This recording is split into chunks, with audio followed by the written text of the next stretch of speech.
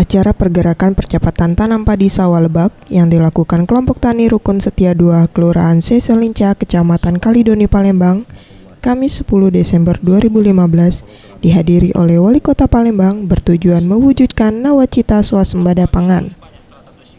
Menurut Harno Joyo, Wali Kota Palembang, ada 600 hektar sawah yang tersedia di daerah Kalidoni dan masih mengandalkan curah hujan.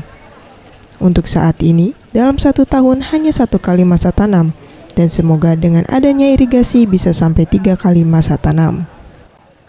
Di lokasi sini kurang lebih ada 600 hektar sawah kita yang tersedia, namun saat ini masih sangat tergantung dengan curah hujan yang ada ya.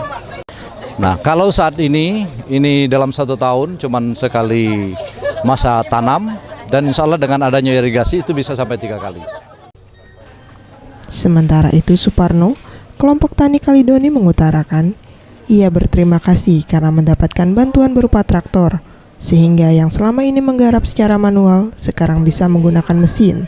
Hal ini lebih efektif dan dapat menunjang produksi petani. Kami atas nama petani Bu sangat berterima kasih atau bisa membantu kami untuk menggarap sawah kami yang selama ini manual, mungkin kan bisa melalui mesin ya, untuk supaya efektif lah untuk mengurangi tenaga kita dan lagi untuk menunjang produksi kami. Dalam kesempatan ini juga Harno Joyo memberikan bantuan 3 traktor kepada kelompok tani dengan tujuan untuk mewujudkan nawacita yaitu swasembada pangan, dan Kota Palembang sangat komitmen untuk mewujudkan itu. Mega Dwi Handayani, Gusti Putu Sumertayasa, Sriwijaya TV.